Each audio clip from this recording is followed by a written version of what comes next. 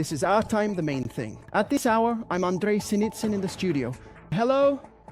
As a result of a nighttime attack by the Russian Federation on the Sumy region, Shostka and the surrounding district were left without power. This was reported by Sumy.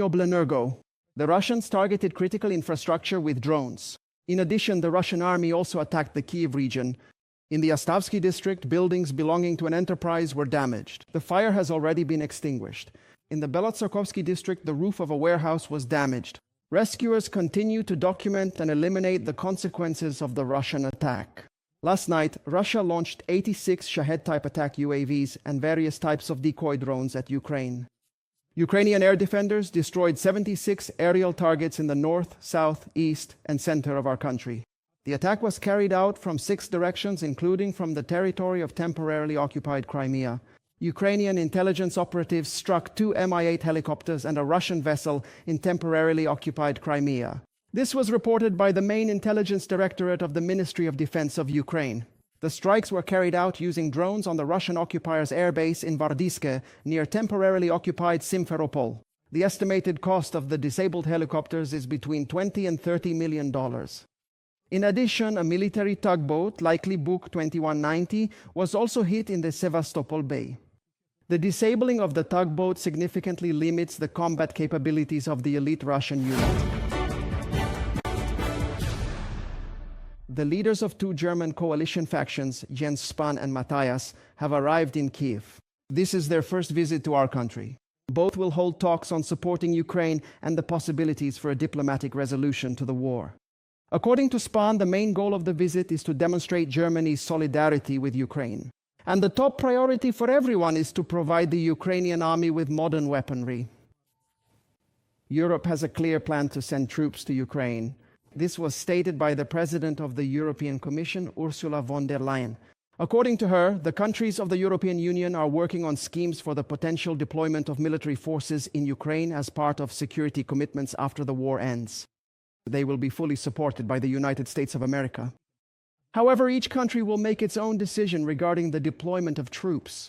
For example, one of the countries that has supported Ukraine with weapons since the very beginning of the full-scale invasion by the Russian Federation was Bulgaria. Von der Leyen noted that this country provided a third of the weapons for Kyiv from the European Union. You produce large volumes of ammunition and explosives that support Ukraine in its fight for freedom. Since the beginning of the war, a third of the weapons used by Ukraine have come from Bulgaria. Putin has not changed and will not change. As Ukraine's defense capabilities grow stronger, we must also take greater responsibility for our own defense. And to improve our readiness, we must actively move forward at the European level. First and foremost, in terms of financial support. Ursula von der Leyen, President of the European Commission. Indian Prime Minister Narendra Modi has called on Putin to end the war against Ukraine. He made this statement at a meeting of the Shanghai Cooperation Organization, which is currently taking place in China. According to him, the war in Ukraine needs to be ended as soon as possible. Modi emphasized that Delhi supports peace initiatives. Let me remind you that the Shanghai Cooperation Organization summit is currently taking place in China. The day before, Kremlin dictator Putin arrived in the PRC. He will stay there for 4 days. No concessions to dictator Putin will guarantee security. The past few weeks have shown this, stated Polish Prime Minister Donald Tusk. He called on Europe for resolve and solidarity in the face of Russian aggression. And the United States of America has once again threatened Russia with sanctions if it does not move toward peace with Ukraine. What do Ukraine's partners intend to do in the very near future? Find out more in our report. The massive strikes that Russia has carried out on Ukrainian cities just in the past week cast doubt on the seriousness of Russia's commitment to peace.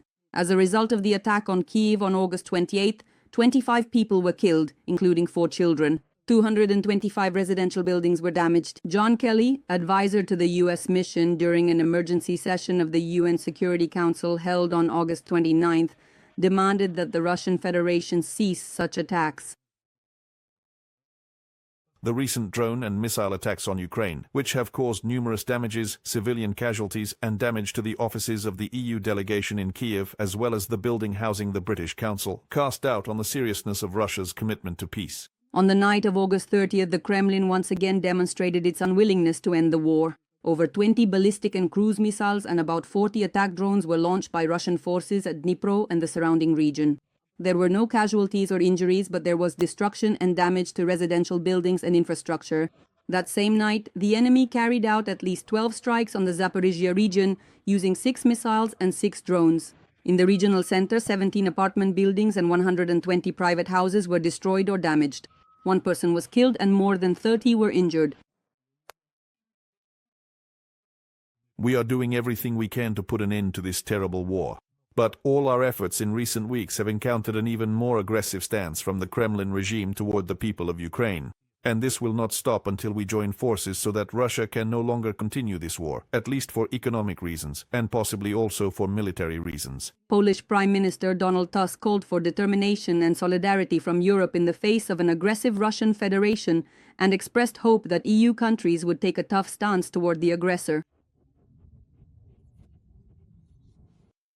The past weeks and days have clearly shown that no concessions, no subtle games with Putin and aggressive Russia will lead to success or guarantee our security. Poland, Europe, NATO, and the United States must once again, just as 45 years ago when we received the support of the entire West during the formation of Solidarity, demonstrate firmness, determination, and unity in the face of this latest version of the evil empire.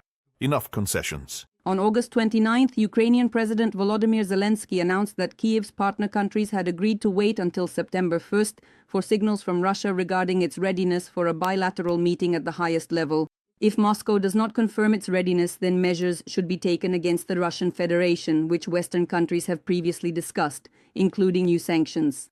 Ukraine has repeatedly stated that it is ready for a meeting at the level of leaders. We have discussed this with President Trump and with our European friends, but we do not see any signals of similar readiness from Russia. That is precisely why there must be pressure. We expect that the 19th package of EU sanctions will be truly strong. Volodymyr Zelenskyy, President of Ukraine, on Telegram. Brussels is preparing the 19th package of sanctions against Russia, which is expected to include tough measures aimed at exerting maximum pressure on the Russian Federation. Germany and other EU member states must in the coming days inform the European Commission of the restrictive measures against Russia they would like to see included in the next sanctions package. Natalia Gusova, Vladimir Steingelov for Freedom TV channel. Subscribe to UATV English and stay updated on the most important events, top news from Ukraine and all over the world, in-depth analysis, exclusive reports and interviews, all on hand in our channel. Join our community of viewers and stay tuned.